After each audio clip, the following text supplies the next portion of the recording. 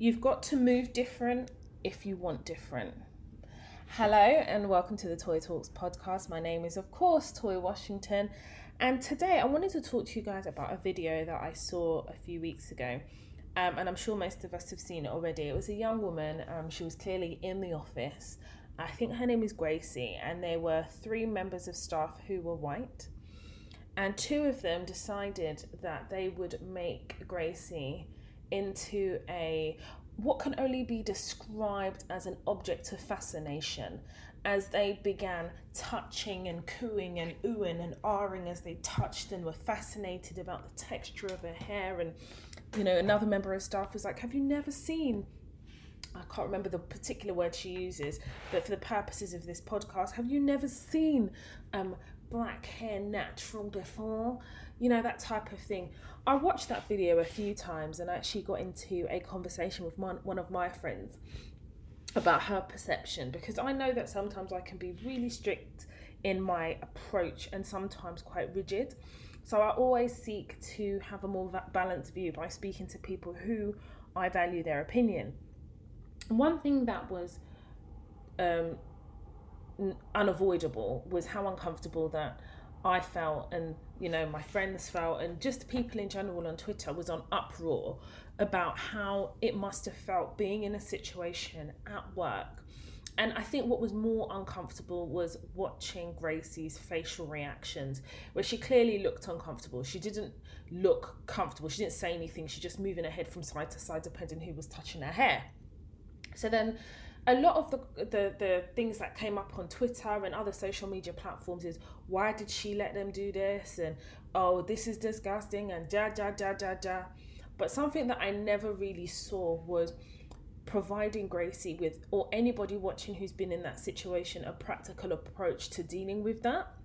Now, I've never been in a situation where anybody touches my hair, because you can't even touch me. Because there are boundaries that I set from the jump. But in my very early stages of my career, I didn't know anything about navigating the social aspects of work, let alone setting boundaries and boundary setting. I didn't understand it. But I definitely think that the younger me, the early 20s Toya, going into the world of work would have probably reacted the exact same way as Gracie did, and just did nothing. But this is all assuming that Gracie didn't actually give them permission to touch her hair. This is the bit that we don't really know. We don't know if they didn't say, oh, can we touch your hair? And Gracie said yes. But then even if they did ask and she said yes, I put it to you that she's probably under duress, and she would have had to feel like she had to say yes to not seem like she was being difficult and things like that. I think now, me being in my 30s, I talk about boundary setting, but this whole Gracie and her natural hair made me explore my own views on my own natural hair in the workplace. And I had to unpack that first before I could come on a podcast and discuss Gracie and kind of her situation and what I would have done and my viewpoint. And I have unpacked that, and we will discuss it later on in the podcast. So when I watched the video, and I watched it a couple of times, I did post on my social media handle. And part of it was I wanted to understand everybody else's position, because, again, I know that my viewpoint can be quite, So I'm going to read out what I posted about it. So I then found a meme of, How to Get Away with Murder. I can't remember the lady now, Annalise from How to Get Away with Murder. And there was an episode where a white lady attempted to touch her hair. And the way she swerved, she swerved like she knew she was going to catch something. Or she swerved like she knew that the woman didn't wash her hands after she left the toilet. But this is what I wrote. Asking permission or not, touching someone's hair is the strangest form of entitlement I have ever seen and witnessed from white people. The microaggression is as potent as an unwashed pair of socks. The workplace continues to be a hub for many white people attempting to satisfy their curiosity about other cultures, especially black culture. We are in the social media age. There is easy access to information that is readily available, and in the event of high presence of ignorance, Google is also an option. The short clip I saw of of a white male and female colleague touching, questioning, and exploring a black woman's hair was truly disturbing, but it has caused me to also question my hair choices. For example, wearing a wig or my natural hair to work and the reasons why. So, for me personally, before I unpack that whole Gracie thing, I think I need to like tell you my views and how I wear wig to work. And I love wigs. I love the versatility of wigs. I love the fact that I can have different styles. I love to switch my hair up. I love it.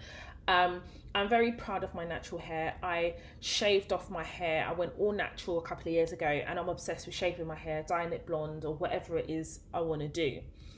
But I don't feel comfortable going into the workplace with my bald head on Monday, then wear a wig on Tuesday, then wear my short back and sides again on Wednesday, and then maybe dye my natural hair black and take it to work. Or, do you understand? I don't feel comfortable because I don't feel comfortable in the fact that I'm going to have to educate these white people each and every time about the origins of my wigs, where they come from, why I wear a wig. I haven't got the time. I don't have the energy.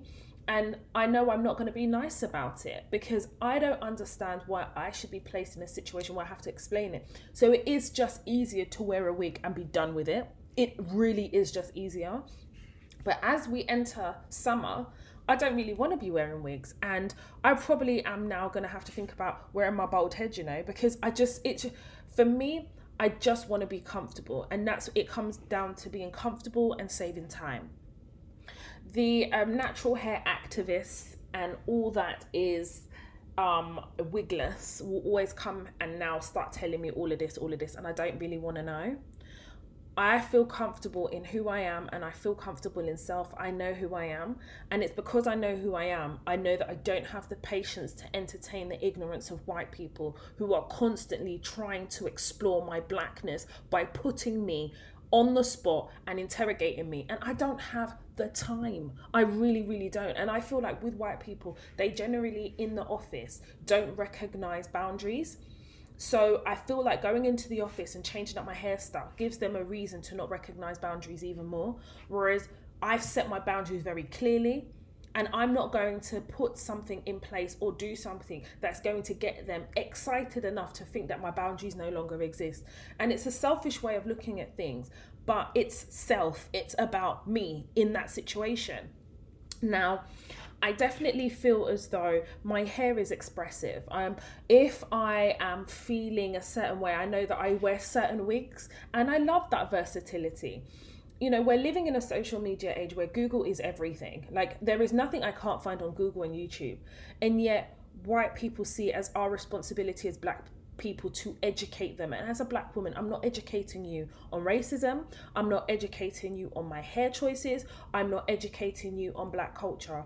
If it's a discussion that's being had, then fine, but I'm not going to go out of my way as my objective to educate you, because I genuinely feel like there is such things as willful ignorance, and I believe that some white people tap into willful ignorance as a lazy approach because they can't be bothered. Now, when somebody really wants to know a piece of information, they know how to get it. So why is it that my blackness is a piece of information that you want to understand, but yet you want me to explain it to you and you want to debate? And it's not every time that I can be bothered to do that. So when I was speaking to my friends about the video and Gracie, she was honest. She's like, Toya, I'm like you, I can't be bothered. I can't be bothered. I remember when I first shaved all my hair off and I dyed it blonde. And if you go on my Instagram page, Toya_Washington, you'll see some of the pictures. And I loved it. And I really felt like it suited my face and da-da-da-da-da. And at that point, I was out of contract. I decided to take a break in between contracts. As you guys know, I'm a contractor rather than a permanent member of staff. And I really had to think about whether I could go to interviews with my short back and sides and blonde hair. And I had that discussion with a couple of people, and I thought, you know what? Whenever you walk into an interview as a black woman, the odds are not always stacked in your favor. So why would I then create something else as a consideration as to whether I should or whether I am good enough? So I removed the option and I wore a wig. Now, some people would say, yeah, but Toya, do you think that was the best option? Well, yes, I do, because when it comes, there's no point trying to change perceptions before you've gotten into a room. And for me, when I get the job, if I want to change my hairstyle when I'm in the role, that's different. But when you're going into an interview, you haven't even secured the bag yet, and already you're now giving them a reason. Oh, well, I don't think she's suitable for some of our clients. Yeah, her hair's blonde and she's a black. I've never seen that before. I don't want to give them an opportunity to have an excuse to say no. And I definitely feel that in this day and age, as sad as it sounds, my hair could possibly be an object of discussion and not bring about any positivity, because as a black woman, I have gone into interviews before, and the type of feedback I've gotten throughout my career about the reasons I've not progressed to a second stage, or been called back for a second interview, or been asked and offered the role, has been for some ridiculous reasons, like, there was 4 people and she only gave me eye contact twice, but she gave everybody else eye contact. Something stupid like that. So then why would I now go in with short back and sides and blonde hair? Yeah, her hair was blonde, and I just think for the type of clients we have, that may not be suitable for them. Like, I don't want to give them that. And I definitely think that it's only when you get into the role that you can make changes. And there's no point trying to kind of campaign from the jump. And when I say from the jump, I mean before we've even been able to enter the room. I remember a few years ago, I was working for this particular organisation. It's actually a charity. And I'd always worn wigs. And there was just this one Friday, dress down Friday. I thought, I'm not dealing with this wig and this band. And I had a really bad headache. And I thought, do you know what? I can't deal with the pain and the concentration of pain with this particular band, because the wig was really tight. So I decided that I would wear a headscarf to work. And I decided that I'd wear a leopard print headscarf to work. Listen, most weekends back then, I was wearing headscarves. In fact, even now, I've adopted this where I'm now going to start wearing headscarf on the weekend, because it's just so much more comfortable. Anyway, when I'd gotten into that particular office, it's not a big deal. It's a headscarf. Do you know, when I walked through to go and sit down, the way people were looking at me, I didn't really care at the end of the day, because the headscarf's not coming off my head. And for all they know, I could have been wearing that headscarf for religious reasons.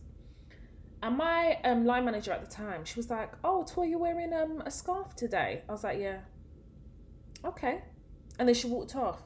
And I just remember thinking to myself, if it wasn't for the boundaries that I'd set in place in that particular workplace, you better know, for real, there would have been lines and droves of people coming to now ask me about my headscarf and the origins of my headscarf. And that simple question, it was in front of everybody.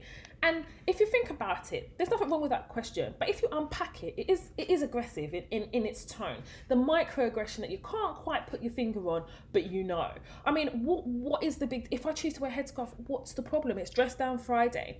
And even on that minuscule day of a headscarf, which is so insignificant, my girl wanted to ask me about my headscarf. Can you imagine if I walked in there with a different coloured wig? I dare not change the colour of the wig, because they would literally have a heart attack, because still to this day, they really do believe that wig is my hair.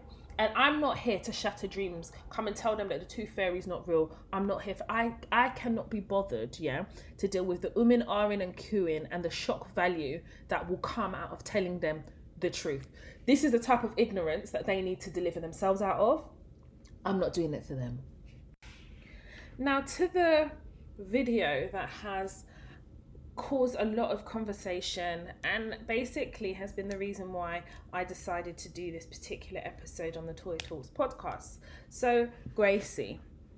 I think something that was really, really obvious was that she wasn't comfortable. You could see it on her facial expression. And I had to play the video a couple of times. It was such a short clip because, number one, I had to unpack a couple of things.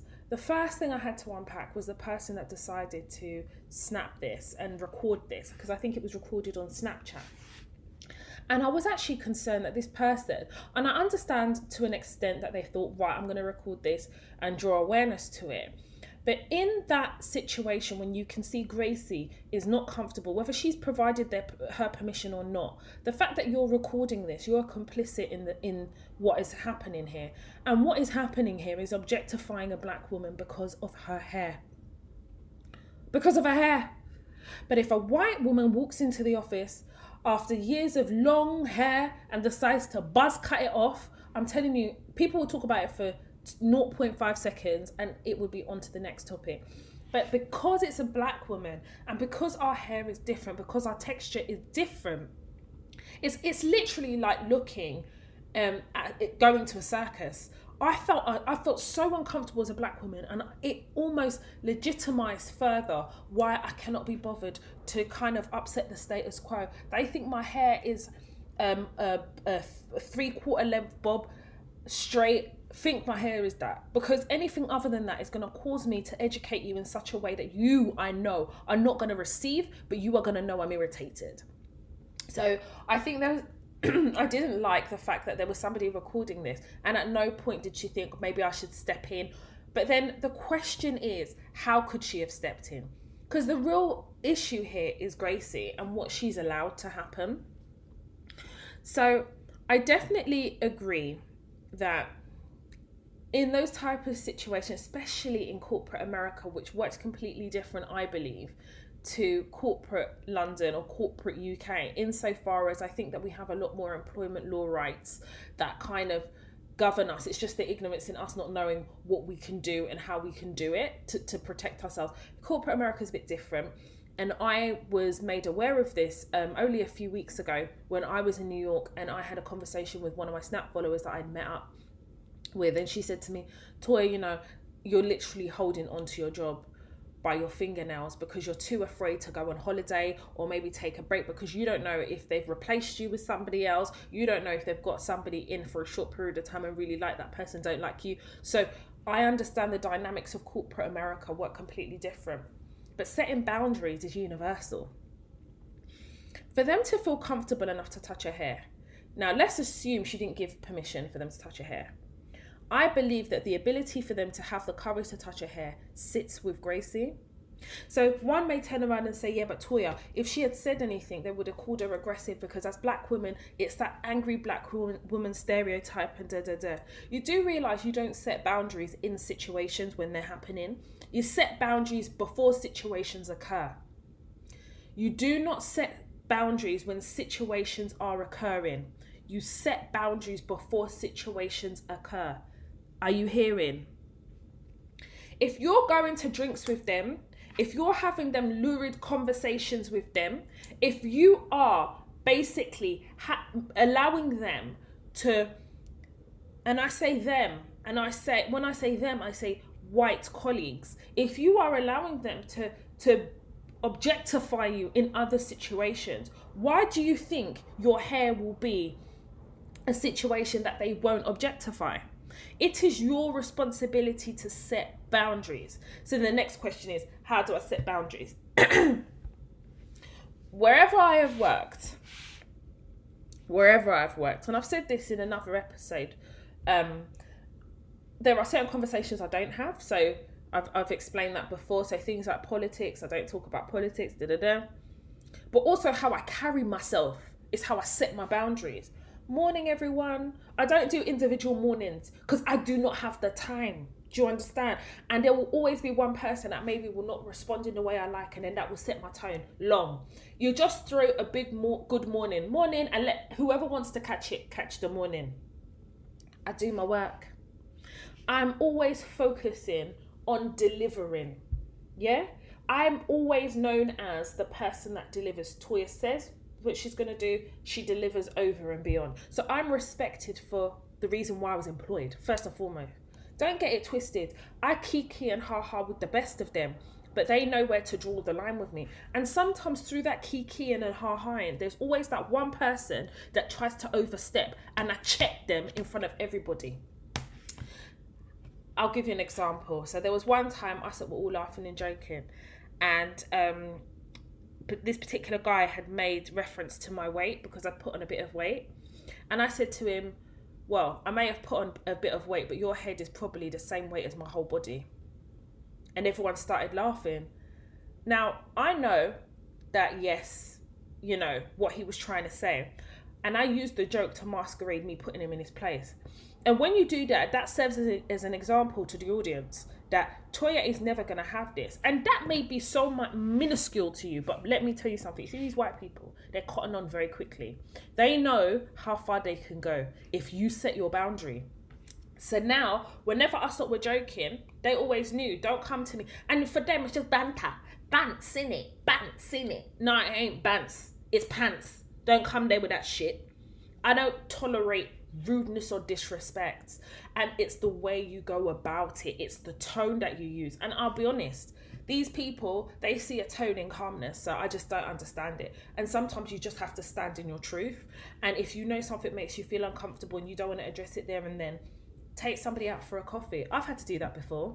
Take someone out. Oh, do you want to go out, get a quick coffee? I just want to have a quick word with you. And take the person away from the office. Take them away from your colleagues and have that conversation. It's you and them. This whole going to drinks and everything, I've heard a lot about this in regards to setting boundaries. I believe that interacting with your colleagues requires you to use your social skills, and it's a necessary part of any employment. You have to interact with your colleagues. Now, for what I found in my experience, white people love going to the pub. They like that. I'm not from pub, okay? And I don't drink anymore anyway. I haven't drunk for several years. In any case, I always make it a point that once a month I go out for drinks. I'm known as the person that doesn't go out for drinks, and I'll tell you why. If you're known as the person that always goes out for drinks, and the one time you don't want to go out for that drinks, I'm telling you, you're the topic of conversation in that pub. You have to set your boundaries in such a way that people do not get over familiar with you. I can't sit there I can't get my words out. I can't sit there and write it down exactly how to set boundaries. It's according to your work situation, but something that is universal is you know what boundaries mean. You know that you understand what boundaries sound like. Like, for instance, that you know there's certain jokes you won't have with your boss and certain things you won't say. Yes, because of respect, but your boss has set a boundary and you've respected it, and that's the same boundary you need to set with your work colleagues. So once a month I do go to drinks with my work colleagues, and I will choose when that day is. And they're all surprised. Oh my God, Toy's coming for drink. And I like that. I like that because it shows me, number one, they're not too familiar. Number two, they know I don't come all the time. And number three, I ain't going to stay long because I don't usually come anyway. And I'll go there and have one soft drink. I might even buy a round for everybody. Get one soft drink and bounce. That's me. I don't always get around in. It depends how many people there are and when we're going to get paid. Do you understand? But things like that is how I set my boundaries as well. If I had been Gracie in that situation and I hadn't given them permission, I felt uneasy, uncomfortable, I felt like I couldn't speak, I would have just walked away. And this is my problem. Walking away doesn't have an attitude, walking away doesn't have a tone, and walking away is not categorized as aggression. It's making a silent stand rather than just standing for nonsense. And what Gracie did is she stood for the nonsense. Whether she agreed or not, I would question it very much so if she did agree, because you can't agree and look that uncomfortable. And she looked highly uncomfortable, but she could have walked away. Now, my swerve game is fire. The way I will swerve you quickly. But in any case, if I was in that situation now as a grown, mature adult, I would have said, excuse me, can you not touch my hair, please? It's uncomfortable. Or I would have said, oh, can you not touch my hair? I've just washed it. I would have come out with something like that. But I would have said it in such a quiet tone that no one can tell me it's aggressive, because it would have been so calm and quiet. Do you understand what I'm saying? But I would have moved my neck so you don't touch, or just walked away. But I would have done something, because I'm telling you now, when Gracie goes into work with her hair freshly washed and blow dried and greased again into work, they're going to touch her hair.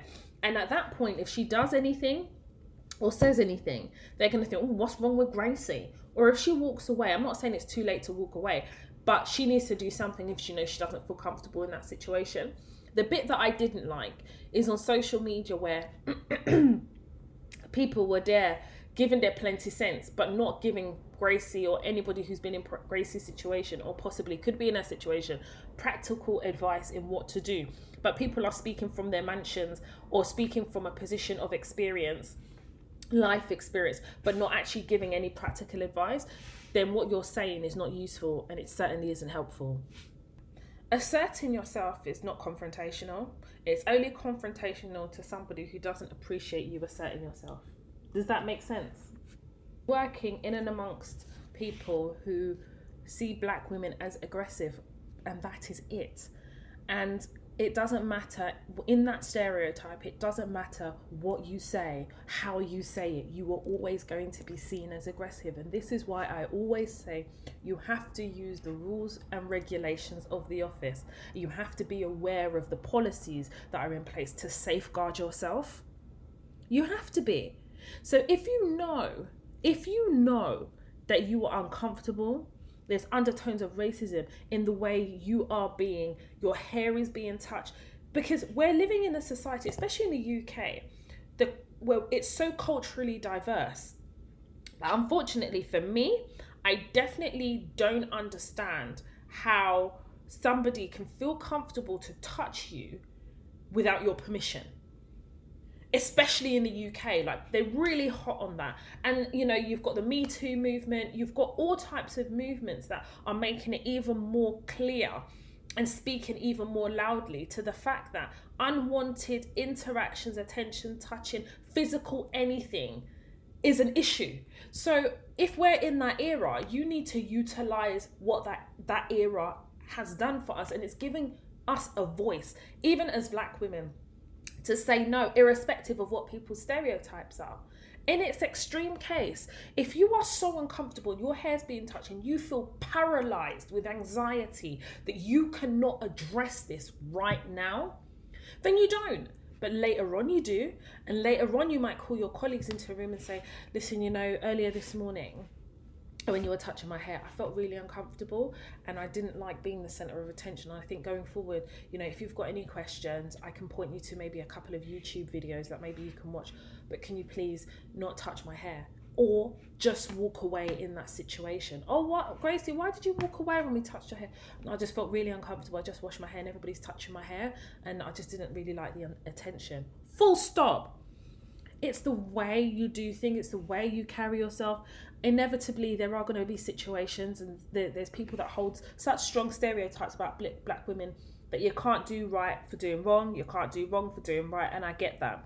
But you can't be so paralyzed with fear that you do nothing and you're just hoping for the best. Otherwise, you'll find yourself day in, day out in them same situations. So you've got to get to a point where you have a conversation with yourself and you say, right, I know what the stereotype is, but this is what makes me feel uncomfortable. This is affecting how I interact and my enjoyment of my work or going into work. I'm going to have to do something. There's no point going and participating in employment if you know that the jungle in which you're going into, you're not ready for. You have to be strong enough and have the voice enough to say no. No doesn't necessarily have to always be verbal. It can be by your actions. It can be by walking away or taking a colleague outside of the office or having a conversation with your line manager, or in its extreme case, having a conversation with HR.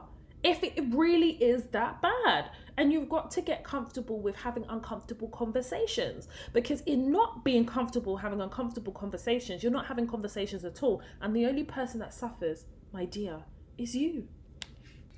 You know, one thing I always do whenever I go into an office, now it's different because I'm a contractor, but even as a perm, actually, I was doing the same thing, is I let people know that I have OCD.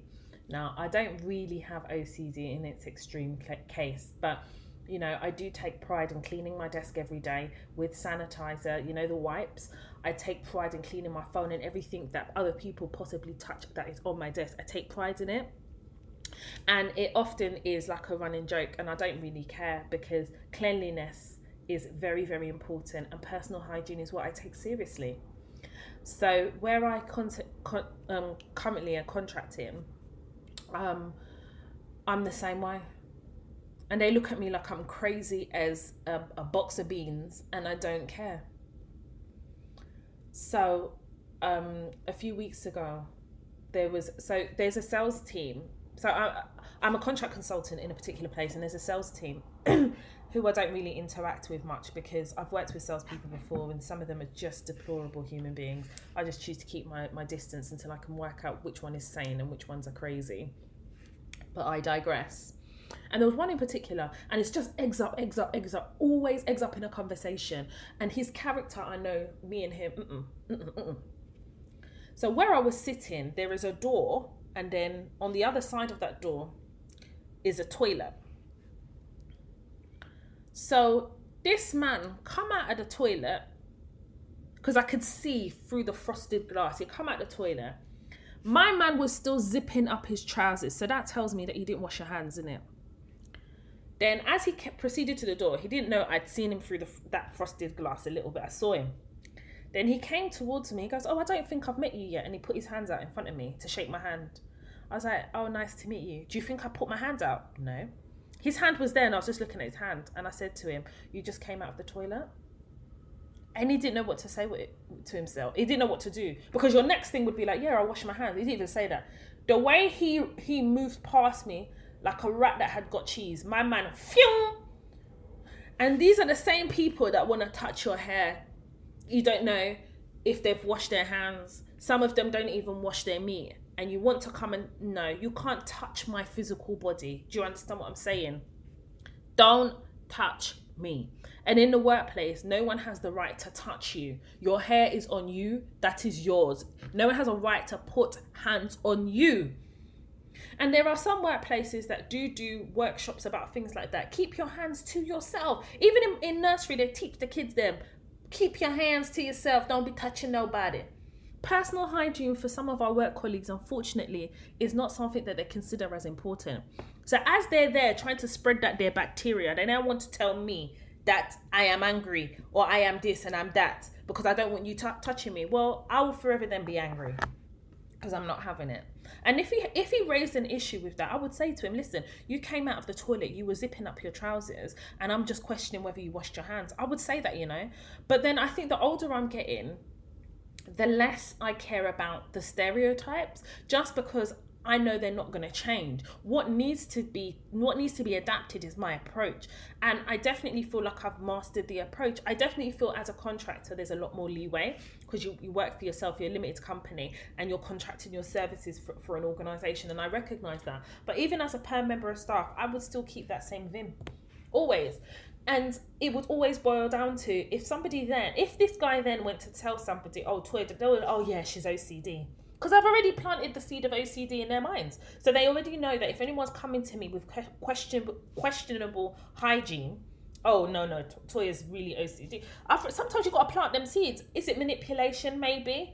But part of the working world is a lot of manipulation. And I'm trying to protect myself, my sanity and my hygiene. I recently went to New York and it's part of my self-care. I go every year. This year was no exception. And for the first time, we went to Brooklyn Bridge. And it was so beautiful, so nice. We got a lot of pictures.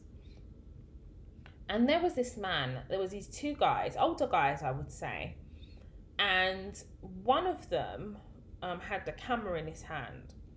The other one seemed really, really shy. And the one with the camera in his hand says, excuse me, do you mind if you can take a picture? It's for my mum. So I'm thinking he wants me to take a picture of him and the guy he's with for his mum. So I'm like, yeah, of course. But then he tries to give the camera to someone else. And I'm like, the camera, I'll take it.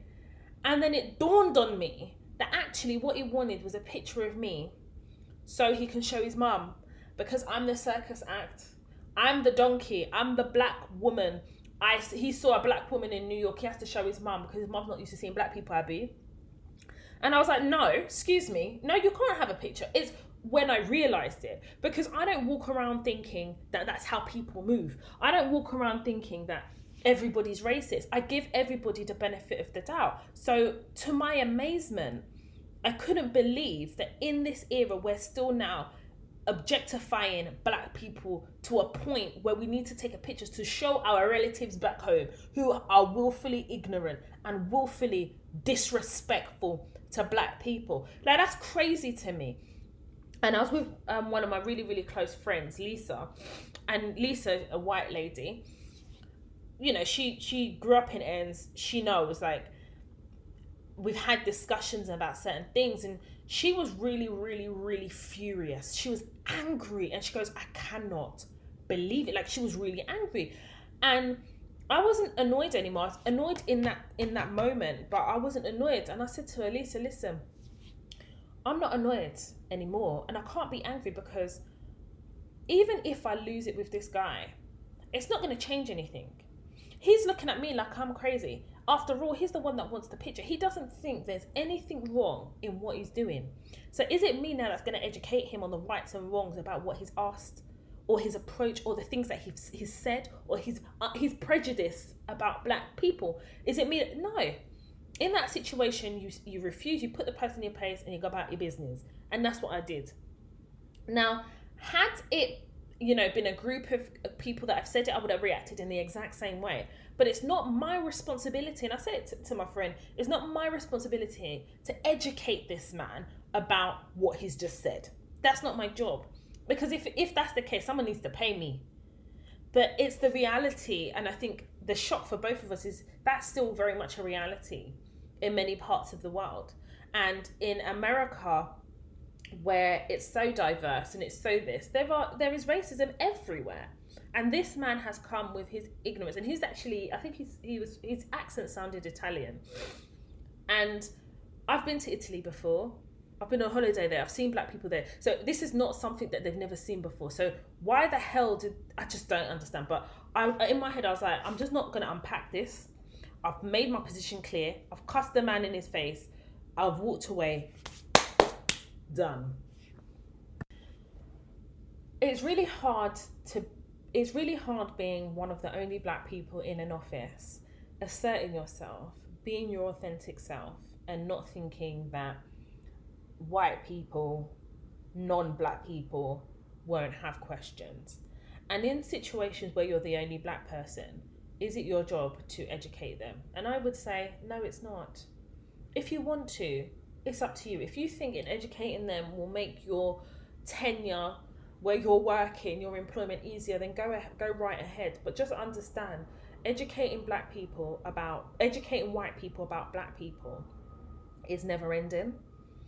The first choice of education is them going on the internet and reading books. And it's after they've done that. If they want to ask questions, then fair enough. But it is dangerous and it's uncomfortable to allow white people to unpack their ignorance on you. Because as a black person, as a black woman, you're still trying to navigate the social aspects of work and understand where your place is. And if you have no place, understand how to navigate to get what you want and then get out. There's too much to do as a black woman in the office. No one has the time, unless they choose to have the time, to educate white people. And let's just put it into context here. When I say educate white people, I mean educate white people about the differences between us and them, starting with our hair, the texture, and explain the different types of grades of hair. I mean, there are some people that are fine with that, and there are some people who are more comfortable having those type of conversations. But I don't feel personally comfortable having those conversations because I know those are conversations I have to keep on having. And some of the real conversations I feel that some of us want to have is, how do I get promoted here?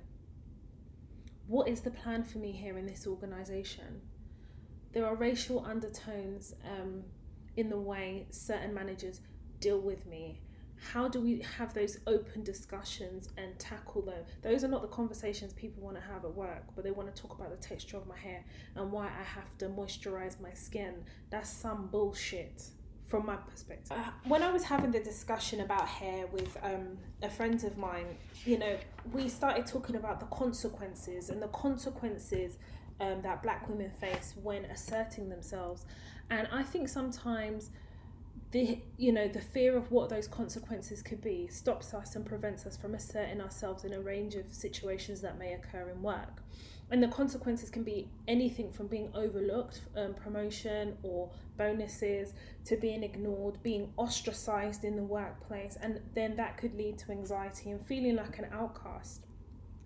Unfortunately, we are in an era whereby in every situation I feel that you speak up, there is always going to be a consequence, whether positive or negative, and you've got to weigh up, is it worth it? Is me asserting myself worth it? What am I getting out of it here?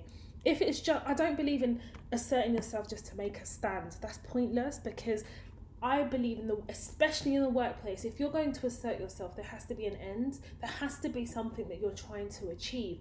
And if it's awareness so that something that has made you uncomfortable and caused you anxiety and interrupts your enjoyment of the workplace, then fine. Those are like logical reasons as to why you would assert yourself, just to make sure that you're working in an environment that's mentally healthy for you to attend. And I get that. There are aspects of the workplace in which you assert yourself and you run the risk of being overlooked. But I don't know what it is about some of us that are almost fearful of considering other options. Listen, if a workplace is that uncomfortable for you, there's going to be no change, and you know if you assert yourself you're going to be overlooked, then one of the possible alternatives or solutions has to be the possibility that you could look elsewhere for another role. But I would always say, with every situation that happens in the workplace, there is always something to learn from it. I've been working since I was 15 years old, and I'm telling you, I have learned from every single place I have ever worked at. And yes, I've had to go through the rough, hot coals. I've had to learn the hard way. And this is the reason why I do Toya Talks, because I want everyone to kind of learn from my experiences. And a lot of the things that I've been through and have learned from and done better later on, I feel like you can circumvent that by just kind of learning from kind of what I went through and learning from each other and creating an open and safe space for us to talk and share. I feel like sometimes we worry so much about what people think that we forget that how we feel and what we think is also valid. There is a level of ignorance that I think we all suffer from by just not knowing in depth about other cultures, and it's okay to be curious, but I think that when you make your curiosity a subject of when you make the object of your curiosity about black culture consistently, it becomes offensive. I take it quite offensively, but I've now gotten to a stage where I just can't be bothered to have discussions about the texture of my hair. I would say to Gracie that it's important that you create boundaries in the workplace, and we have to take responsibility for when our boundaries are being crossed consistently. It's either because we haven't set clear boundaries or we haven't set them at all. I would say, from my perspective, looking at that video with Gracie and her colleagues investigating the texture of her hair, that it made me uncomfortable. But I do question as to why it was released. I don't know if it was Gracie that put it on social media, but when I was reading certain comments that she had made, she seemed okay with it. But this is where I have another issue, and this is now with some black women. You can't rent the emotions of other black women when you know yourself that this isn't right, but you're unwilling to assert yourself. You're unwilling to kind of defend yourself, but you're happy to rent the emotions of black women to do that, but you're not going to use it for anything. Does that make sense? I understand as black women, it's often great, and I do it all the time, sense check against other black women to see if they have similar views. But what are you then going to do with that view? I would like to think that Gracie is going to take some of the comments that were made, the shock, and all that emotion that was rented out during that period, to then think about how it made her feel. And if it made her feel uncomfortable, what is she going to do next time to assert herself? I definitely feel as though this is a conversation that is always going to be had. I think we're always going to have shock about the way in which white people, especially in the workplace, interact with black women. And I would definitely say that there is no harm in using the system, the governance processes to assert yourself. Listen, I always say to everybody, the best thing my parents ever gave me was education. And it wasn't just the education in the classroom, it was social education. They made sure I worked from a young age, and I literally had to learn the hard way. The English language, grammar, is so powerful in the way you use it, the way you communicate, the way you assert yourself in emails. Listen, if there's one thing I've learned from white people, is how they use the world of work to passively, as passive aggressors, and they stick to the boundaries of what is acceptable. And when I learned the power of sending an email that is effective, I learned that I had another voice. I learned that I had another avenue of asserting myself. And despite what the stereotype may say about black women and about me, I'm going to say this. I will never shy away from asserting myself in the world of work, because we spend more time at work than we do at home. I definitely believe there's a responsibility that we all have in the way we assert ourselves, but it shouldn't stop us from asserting ourselves. And I would say the world of work often is a jungle and is often so difficult to navigate. And if I could have a hope for Toya Talks, is that it would make navigating the workspace a little bit more easier. Thank you so much for tuning in and listening to this episode of Toya Talks. Let's carry on the conversation. #Toya Talks. My Twitter handle is Toya, TOYA_W. My Instagram, personal Instagram is Toya, TOYA_Washington. And the Toya Talks podcast Instagram page is Toya, TOYA_Talks. Thank you so much. And you've been listening to the Toya Talks podcast.